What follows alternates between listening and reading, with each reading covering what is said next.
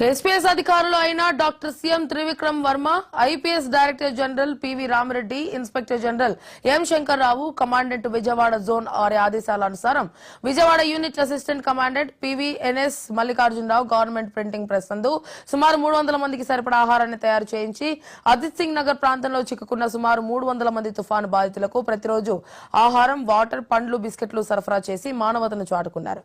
ఈ కార్యక్రమంలో inspector Varaprasad, sub inspector Ramanamurthy, SPF సిబ్బంది పాల్గొన్నారు.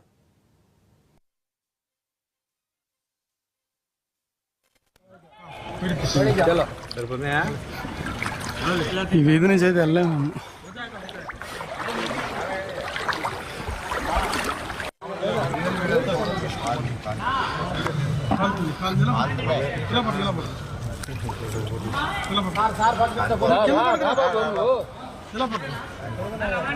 తెలుగు